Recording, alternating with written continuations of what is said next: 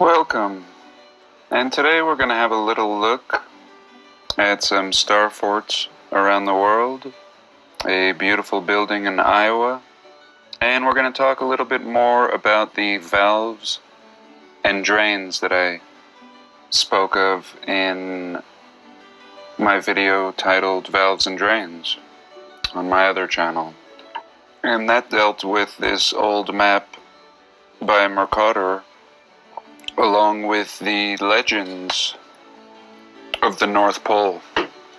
And we are told that there was a giant black magnetic rock in the center of these four land masses, and that the waters drained at this point. And where did they drain? And these rivers moved inwards, at least two of them did, and two of them moved outwards. Not sure exactly. And in my video I was talking about floods, and we featured the floods in Venice, and also receding of ocean levels for days at a time. And when I saw such receding of waters, I couldn't help but think, where did the waters go? Lasting at least a couple moon cycles, no reason why the tides should not have returned. And I do suggest you watch that video if you're interested. But today we're not going to focus on the drain. We're going to focus on the source. And again, perhaps it's here. And of course I don't know. And when it comes to all of these subjects I speak of, I can only share my thoughts. I will never say that I know, only that I don't know. And I have no shame in asking questions. And really, that's what we're going to do. And the last person to have visited this North Pole on the record is this Admiral Byrd. And he both visited the North and South Pole and gave us amazing accounts of what he saw. And he gave several interviews and talk of plans to return. And then in 1958, all exploration to the North and South Pole was halted. And all the nations signed a treaty agreeing to Antarctica being off limits. And why would they care? If it is what they tell us it is, just a chunk of ice, this alone piques suspicion. Very similar to a spot in the Grand Canyon that is off limits. Now, why would there be such a thing in a national park?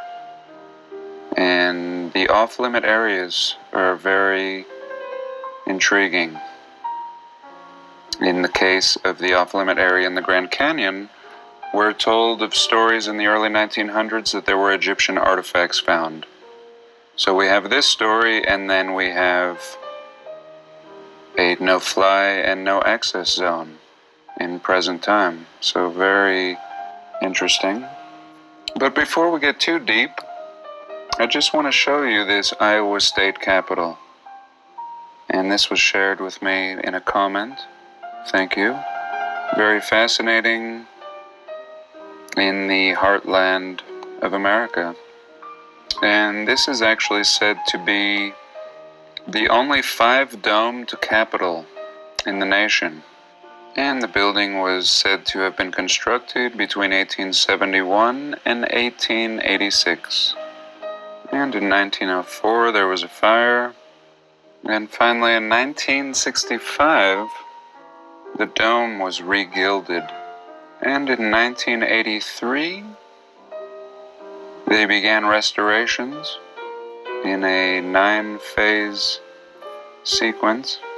Phase 9 began in the spring of '98, and the whole project was completed in 2001 at a cost of $41 million. So just the restoration of this building, 1983 to 2001, taking much longer to restore than to even build, but nevertheless, an incredible building. And I'm really amazed that this is the first time that I'm seeing this. And I'm really not in the mood to tear apart the narrative. I only wanted to share and appreciate it, seeming to have very short windows on the bottom, and some of the most remarkable domes to be found anywhere. I would like to get a closer look at this Antiquitech up here, just pretty remarkable. And here we have a little better look. Just beautiful. And very over the top, and clearly architecture with purpose. Absolutely beautiful in Des Moines, Iowa. Built with horse, wagon, and no cranes. So here I wanted to just show this catalog of star forts that Colm Gibney has made. And this is available on his website. I'll leave the link. And thank you, Colm. Excellent work. And I think this is what we need a lot more of. Similar catalogs put together that can be imported into Google Earth on all these subjects that we talk about. And here I just wanted to start out with probably the most unlikely place I would expect to find a star fort, here in the New Mexico desert. And let's just have a little look at it real quick. And there we go. And you can see down here the coordinates if you'd like to check it out yourself. And really amazing. I mean, this one is in poor condition, very poor condition. And what seems like a buried structure. I mean, very clearly a buried structure, a star fort as found everywhere, along water, always seeming to be near water. And really amazing that this thing would not completely just be covered up, that we're even seeing a bit of it. And I'm sure these were everywhere, as they are, and varying levels of exposure. Let's just have a little peek at one here in Illinois, Metropolis, Illinois. And this one is right on a river. And let's just see. So here it looks like we have a twin pair of star forts. And again, I mean, these things seem to come from a much older time. And here we can see they've built some junky little buildings on top of them. And really amazing. And what is the purpose of these star forts? And again, when I made that last video, Valves and Drains, on my other channel, it really got me to consider that these star forts may be serving a greater purpose and may actually be perhaps some kinds of valves for allowing the flow of water. And what we can see here in San Francisco, on the other side of the Golden Gate Bridge, we see a marker for a star fort, and let's have a little look. And not seeming like your average star fort, but yet exhibiting these same types of features. And is this thing just completely buried? Now they tell us that this is the bunker, above the bunker at the Golden Gate Bridge. So even according to the story, this is a bunker or a fort. And really, even in this particular instance, looking like some kind of a drainage or a spillway. And what caught my attention with this one was these ports, or plugs. And perhaps these are like a pressure valve. And I've noticed these on many, many star forts, that they'll usually have one or two of these. And you can see a couple of them right here. And here just across the bay at the spot, we have another marker for a fort across the bridge. And here again we can see these same types of holes on the top, or plugs. And just to give you a little idea of actually how massive this old fort is, here we go. Just a beauty. And these little slit windows under the bridge.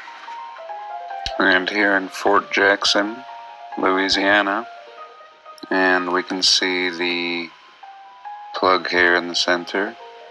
And Pensacola Beach, Florida, on this artificial sandbar. And this one is in pretty rough shape, almost unrecognizable. And here we can see the plug holes, 1 and 2, in the fort. And here we are in Alabama, Mobile, Alabama. And how fascinating, amazing that this was even found. This thing just out in the middle of nothingness, and really fascinating. Really, really amazing. And we'll just pin that.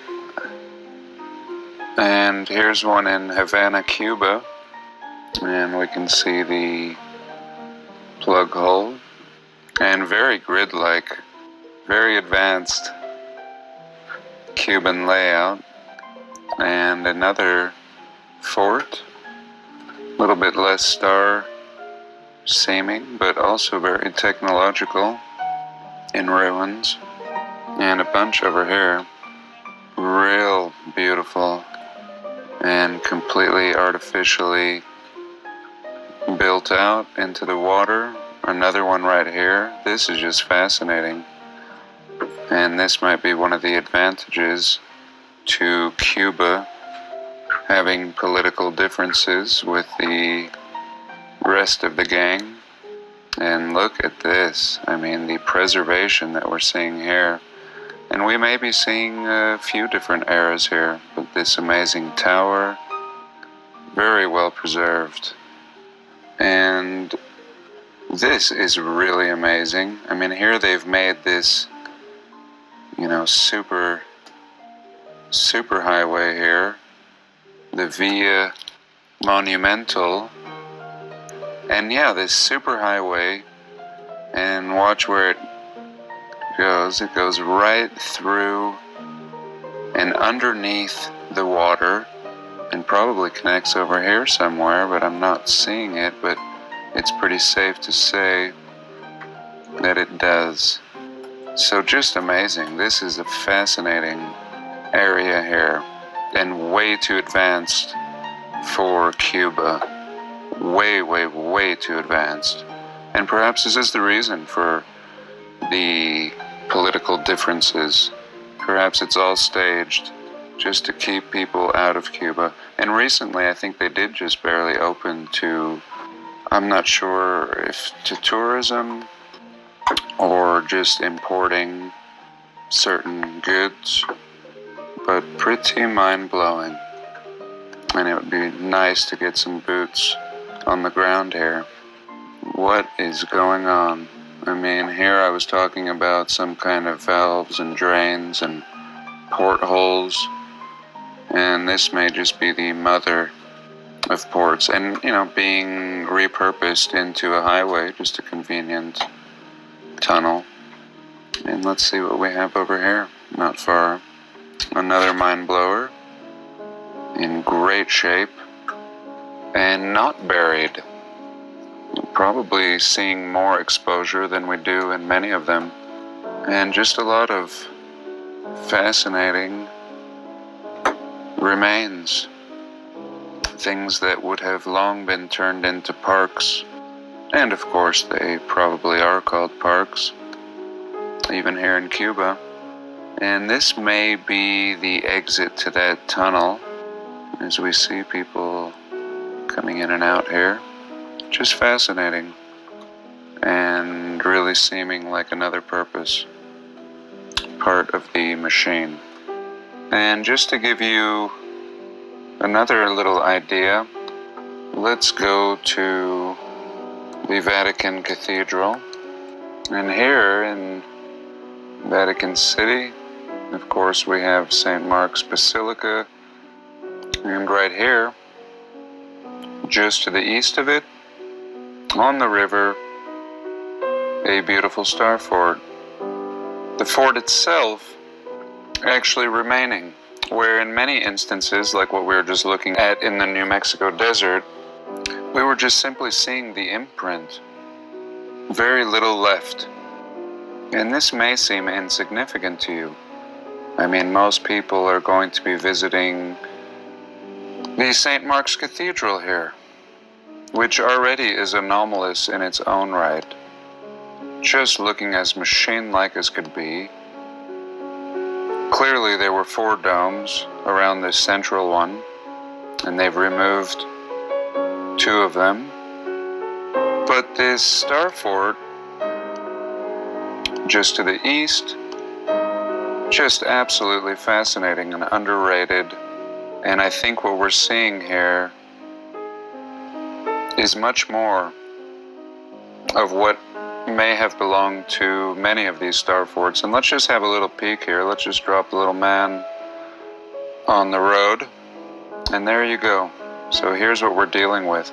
I mean, today we're just really talking about the star forts themselves, but just this building. I mean, what is the story with this building? Just incredible. And if we look this way, we should be able to see St. Mark's. And again, potentially pressure valves or release points for the flow of water. And this one has been removed and concreted over. I'm not sure. Just exploring. Of course I don't know. But I do know that the story is not what we're told. And here what we can often see is around a star fort we'll have like another point. And let's just go back to this little star fort in New York. And here again a very damaged star fort, almost unrecognizable. But this one having some buildings. And notice this hole right here. And I've just marked it. Very interesting. Within the star fort. Let's see what else. This is in New Hampshire. And here is an interesting area. Now the star fort itself being almost unrecognizable in this particular case, but we still do see some old structures remaining. So very interesting. Clearly going underground and very damaged. And this looking like just a fascinating area to explore. I'm not sure if someone has purchased this area and is putting a house up, but I would really love to explore this. And what are we seeing? Again, holes off to the side. And if you had a pipe or some kind of valve, you would want to protect it. And something circular would be susceptible to damage. But something star-shaped would be your ultimate defense for whatever it is you were trying to protect. It could take much more of a beating. And even a lot of these water towers that we've looked at, again, seeming ridiculous in one way, to even call them water towers, especially when they look like castles. But what if it did have some kind of role? And here's a water tower. And what can be said about a water tower like this? Absolutely amazing, and not seeming like a water tower at all. And perhaps it was repurposed into a water tower, utilizing the elevation, and not sure what the construction is. The resolution is not so good.